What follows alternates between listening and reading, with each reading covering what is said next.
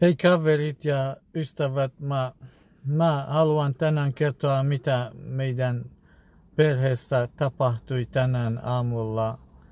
Eli iso juttu, mä halusin kertoa teille ja antaa enemmän kokemuksia teille. Se oli se on huono uutinen valitettavasti tänään aamulla, kun heräsin. Se tapahtui. Sattumalta mä kävin katsomassa mun pojan huoneen.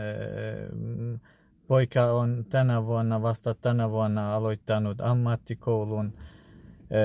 Mä ajattelisin, jos välillä hän myöhästyi kouluun, koska hänen piti herätä joka aamu kello 6 ja nykynuoret eivät nukku tarpeeksi ja yleensä puhelimen kanssa ollaan pitkään aikaan yöllä asti.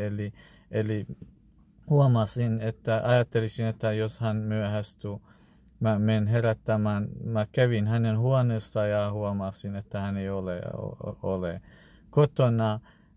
Hänen sänky on pedattu hyvin.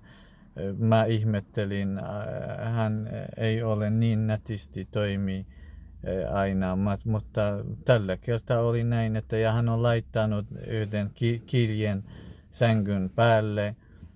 Eli se oli hämmästyttävä. Mun poika ei ole ollenkaan laittanut kirjeen minulle. Mä avasin sen ja mä luin ja mä kerron, mitä siinä oli kirjoitettu. Poikani sanoi, hei isä, valitettavasti tänään mun piti kertoa, että mä jouduin lähtemään kotoa pois suomalaisten tyttöjen kanssa. Mä luulin, että sinä et tykkää suomalaisesta, sinä et halua, että minä menen naimisiin heidän kanssaan. Sä haluat, että mä menen kurdilaisten tyttöjen kanssa naimisiin, mutta vaikka tämä on huono uutinen, mutta mun piti tunnustaa, että tämä on monta vuotta, mä rakastan tällainen suomalaisen tytön, mä rakastan häntä ja mä tykkään hänestä, mä en voi luopua hänestä. Vaikka hän ei ole se tyttö, joka sinä haaveilet, että mä menen naimisiin hänen kanssaan. Mutta tämä on mun elämä ja mun tulevaisuus. Mä päätin, että mä menen hänen kanssaan, mä lähden kotoa, mä lopetan koulua, mä haluan tehdä töitä, mä en halua käydä koulussa, en tykkää koulusta. Mä haluan hänen kanssa tehdä bisneksen. Itse asiassa hän on luvannut, että hän lopettaa marijuanan käyttöä ja lopettaa kannabiksen käyttöä. Me myytiin 2 vuotta hänen kanssa kannabista koulussa, mutta me saimme hyvän rahan ja tästä lähtien me emme halua myydä sellaista. Eli mun poikani antoi tällaista uutisia minulle, että hän on myynyt huumausainetta. Mä ihmettelin ja hän sanoi, sitä lähtien mä aloitin myymään sellaista huumausainetta, kun kerran mä pyysin että voitko antaa 50 €. Mä menen ystäväni kanssa elokuvateatteriin ja siinä sanoin, että mä oon työtön ja me ollaan ulkomaalaisia, me saadaan toimeentulotukea ja 50 € on aika paljon rahaa meille. Emme pysty maksaa, seuraava kuussa mä voin maksaa. Ja mun kaverilla on aina taskussa yli 50 tai välillä on 100 € taskussa ja ei ollenkaan minulla ollut vaikka 10 € taskussa ja sen jälkeen mä päätin tyttöystäväni kanssa myydään kannabista ja muita huumaustabletteja. Mutta me me päätimme, että lopetetaan huumausaineen myynnistä, mutta minä lähden kotoa pois hänen kanssaan, koska hän lupasi lopettaa kaikkien ja aloitetaan uuden elämän, mutta se vaatii paljon aikaa ja kärsivällisyyttä. Me päätimme, että me menemme koko keväällä, me jäämme Joensuun alueella. Hänen isoisällä on mökki, kesämökki, me siellä, me jäädään siellä, vaikka siellä ei ole sähköä ja lämmitystä, mutta takka toimii ja siellä on riittävästi puita löytyy. Me emme tarvitse, me ostimme tarpeeksi ruokaan. Joka viikko, kerran viikossa me käymme kaupungissa ostamassa ruokaa.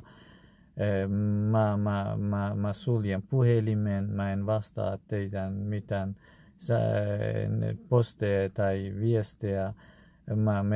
Me haluamme elätä ihan luonnossa muutaman kuukautta, että hän pystyisi lopettaa huumausainetta. Ja onneksi eli tutkimuksen jälkeen, eli se on selvä, että hänellä ei ole enää HIV-sairautta, eli hän HIV-sairaus. Meille sanottiin, että hänellä on, mutta onneksi se ei pitää paikkansa.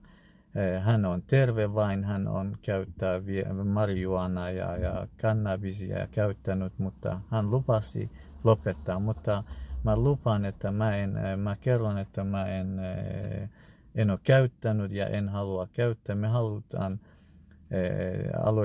aloittaa uuden bisneksen hänen kanssaan ja sellaista. Itse asiassa minulle isänä, varsinkin ulkomaalaisena, kun meillä oli rankkaa elämä kotimaassa ja rankkaat kokemukset, se on vaikea, se on painava ja raskas uutinen, kun poikani sanoi, että hän menee tällaisen tytön kanssa, lähtee kotoa pois. Mulle ei haittaa, vaikka hän menee suomalaisten kanssa tai somalilaisten tai arabialaisten tai muiden kansalaisten kanssa naimisiin. Se on tärkeää, että hän perustaa perhettä, hän saa lapsia ja hän tekee töitä ja saa palkkaa ja elää hyvin, mutta kuitenkin välillä lapset tekee sellaista, että me emme odota sitä. Itse asiassa mä en pystynyt ajatella, mä en pystynyt miettiä oikein. Mä ajattelisin lähteä Joensuun päin, mutta minulla ei ollut tietoa, kuka tämä tyttö on. Missä Joensuussa, missä on se mökki sijaitsee. Nämä kaikki, mä en pystynyt tarpeeksi miettiä. Ajattelisin soittaa poliisille, mutta taas ei ollut järkevää soittaa heti poliisille. Ja tulin keittiön ja sitten poika lähetti viestin, että hei isä, älkää ole huolissa, ei aina tapahtu niin paha asioita. Itse asiassa se oli tekotarina. Mä oon nyt bussissa, mä menen ammattikouluun, mutta tää oli tekotarina vain. Sorry, mä vain haluan pyydä, että jos sulle mahdollista nyt kun sä oot töissä, et ole työtön, mä tarvitsen 300 €. Mä haluan kesällä mennä kaveriden kanssa Ruisrock-festivaaliin. Jos se on mahdollisuus. Tämä tarina ei pitää paikkansa. Mä tiedän, että sä et vihaa suomalaista. Sulle ei ole niin tärkeää, että kenen kanssa menen naimisiin, vain hyvän tytön kanssa ja perustan perhettä. Mä tiedän, vaikka mä menen somalilaisten kanssa, se ei ole sulle niin tärkeää ja tykkäät kaikenlaisia kansalaisesta, mutta mä tarvitsen 300 euron nyt kun on tämä tarina oli, tiesit, että tämä oli tekotarina, oletko valmis antamaan 300 euroa? Totta kai se oli järkyttävä hyvä uutinen. Mä olen valmis siinä tilanteessa, kun ei tapahtu niin pahaa ja kaikki on normaalisti sujuu. Totta kai mä olen valmis vaikka maksamaan muutaman tuhattakin euroa. Kun hän normaalisti menee kouluun, hän ei sekaannu mihinkään rikollisen toimintaan. Hänellä ei ole sellaista kaveria, joka käyttää huumausainetta tai sellaista. Totta kai mä olen valmis maksaa muutaman tonnia vaikka hänelle. Mä soitin hänelle ja mä sanoin, okei, kiitos kaikista, ei se haittaa, mä olen valmis. Hyvä kun sanoit näin, mutta sen takia mä kerron tämän tarinan teille, kaverit ja ystävät, että aina huonojen tapauksen jälkeen voi tapahtua hyviä asioita, voi saada hyviä uutisia. Että elämässä aina ei tapahtu huonoja, aina saa toivoa parempaa elämää, parempaa uutisia, parempaa juttua. Ja mä oon sellainen ihminen, että aina toivon parempaa juttuja. Ja olen aina ollut tyytyväinen elämään. Ja onneksi mä sain töitä. Ja mä tiedän, että ne työttömät isät ja äidit ei pysty maksamaan lapsille ja nuorille muutaman kymppiä euroa tai Tämä ei ole mahdollista maksaa muutaman 100 euron, että nuori poika tai tyttö menee festivaalin. Työttömille on erittäin vaikea, sen takia meidän piti yrittää mennä töihin. Ja mä toivon, että suomalainen yhteiskunta auttaa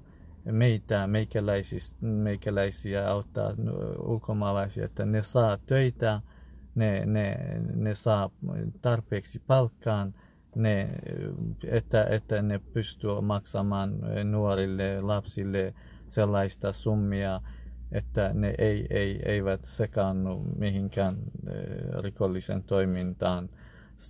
Tämä auttaa, että meidän yhteiskunta menee eteenpäin, onnistuu, sujuu hyvin ja vähennetään rikoksia yhteiskunnassa. Tämä oli tekotarina, toivottavasti, että ette pahastu ja mä voin kertoa lisää kokemuksista tulevaisuudessa. Toivottavasti, että te kuuntelette hyvin minun videoita. Kiitos ja hyvää päivänjatkoa.